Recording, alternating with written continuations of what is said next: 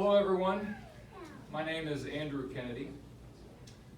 I had the privilege and honor of being teammates with Justin Clark on the Northern Kentucky University cross-country team in the early 2000s. It's October now, and that means cross-country season to guys like Justin and me and many of us here in attendance today. Those of us that were on Justin's team can still close our eyes and still remember the sights, smells, and sounds from exactly 16, 17, or 18 years ago this month. With Justin, one of our best and closest friends, alongside of us every step of the way. He had wings on his heels back then. He has wings of another kind now. Occasionally back then, NKU head coach Steve Cruzy would have the team meet at Fort Thomas Tower Park, or perhaps my favorite, AJ Jelly Park, for practice. On our runs, we'd inevitably encounter beautiful sights all around the lake, a chorus of crunching leaves beneath our feet, and Justin Clark leading the conversation with his amusing wit or his hilarious ideas and philosophies about life.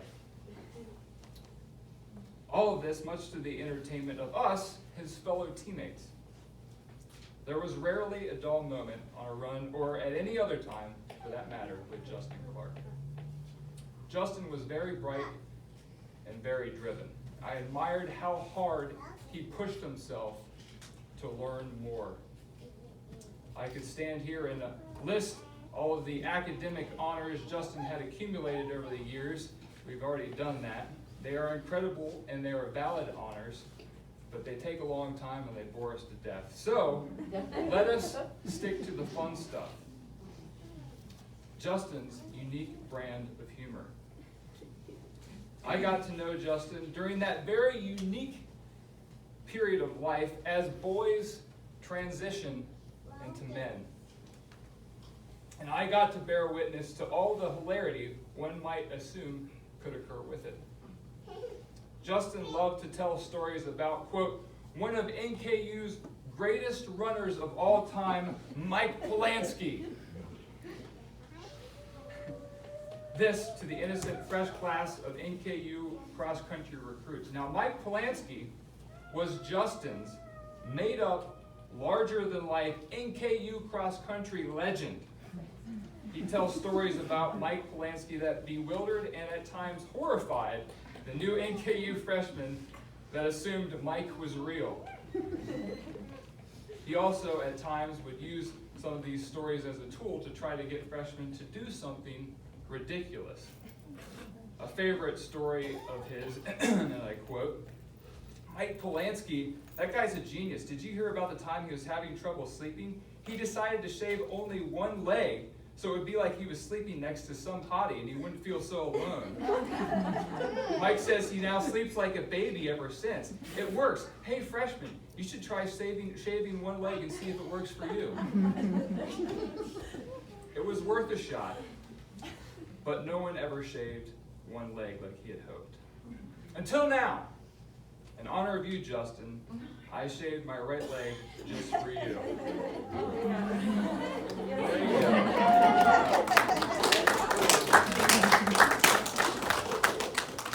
And I have to say, it does actually feel kind of nice.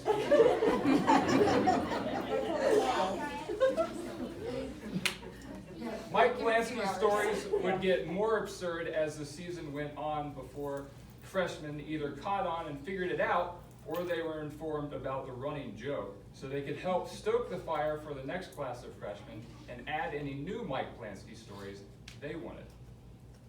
Justin also took it upon himself to give every incoming freshman a nickname. For example, Greg Lemon's last name was hard for Justin to remember one day, but Justin remembered it was some sort of fruit, so he guessed, mango? When Greg politely tried to point out to Justin that he was sorely mistaken, Justin smiled. Because he knew he had discovered yet another perfect nickname for his new freshman comrade. And thus, the man formerly known as Greg Lemon will forever be known as Mango to all of us. One day in early October during the '03 season, Justin came to me all kinds of excited about some big shot high school Northern Kentucky runner we needed to go watch and somehow convinced to run with us at Northern. Justin loved to recruit for the team, by the way. On the way to this high school meet, Justin concocted a plan. He said, what if we just stopped this guy during the entire race, got within inches of him, and cheered and yelled as loud as we could right in his face? I replied to him, I'm down, but he doesn't know us, so he's probably going to think we're crazy. Undeterred, Justin replied, oh, but he'll know of us for sure by the end of it. And so during that race, Justin, with his backwards hat, and me with my hair down to my shoulders, relentlessly tracked and pursued this guy all over the course, jumping up and down and screaming like madmen along the way. When the race was over, out of breath and hoarse, we made our way over to this young phenom that had just won the race, and he raised his eyebrow and said, do I know you? In a painfully awkward manner, we introduced ourselves and said, hey, we think you should come run for Northern.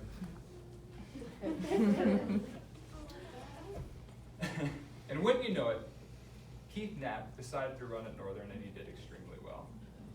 And if you were here, Justin, you'd take credit for the recruiting success that day and many others and say, you're welcome, Coach Steve Cruzy.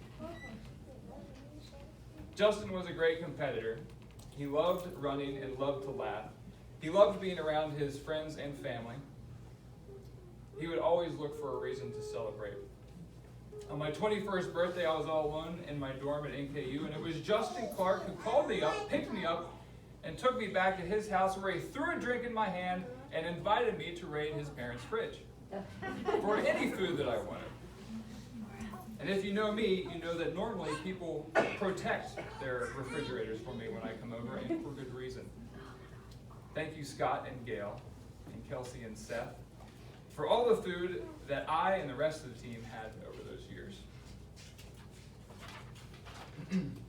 Back then, before cross-country practice began, you might find Justin boldly and unapologetically leaning over a urinal partition to satisfy his curiosity while you relieved yourself, and then quickly retreat before you could swat him away.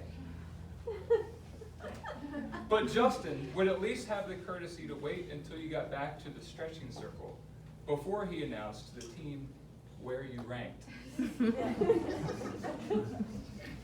Justin's laugh. Well, I know you guys know it too. I'll miss that. I know you will too. His laugh alone could put a smile on anyone's face. Justin and I rented a house together one summer in Taylor Mill, Kentucky. Somehow, by the end of that summer, we managed to give it back to its owner, Mike Moyer, with only minimal damage.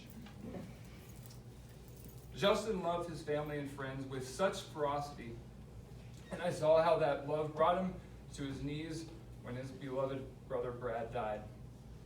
But I also saw how his love for others lifted him up when he was down. We need that love now more than ever, and a reminder of how healing and uplifting love can be found right here in this room with all of us together. Last story. Justin was a talented craftsman and all-around handyman. A couple of years ago on Facebook, I asked if anyone had a company they'd recommend to resurface my blacktop driveway. And after some healthy ribbing about why I should be able to do it with myself, which I deserved, Justin came over and did it for me. He was loved by so many.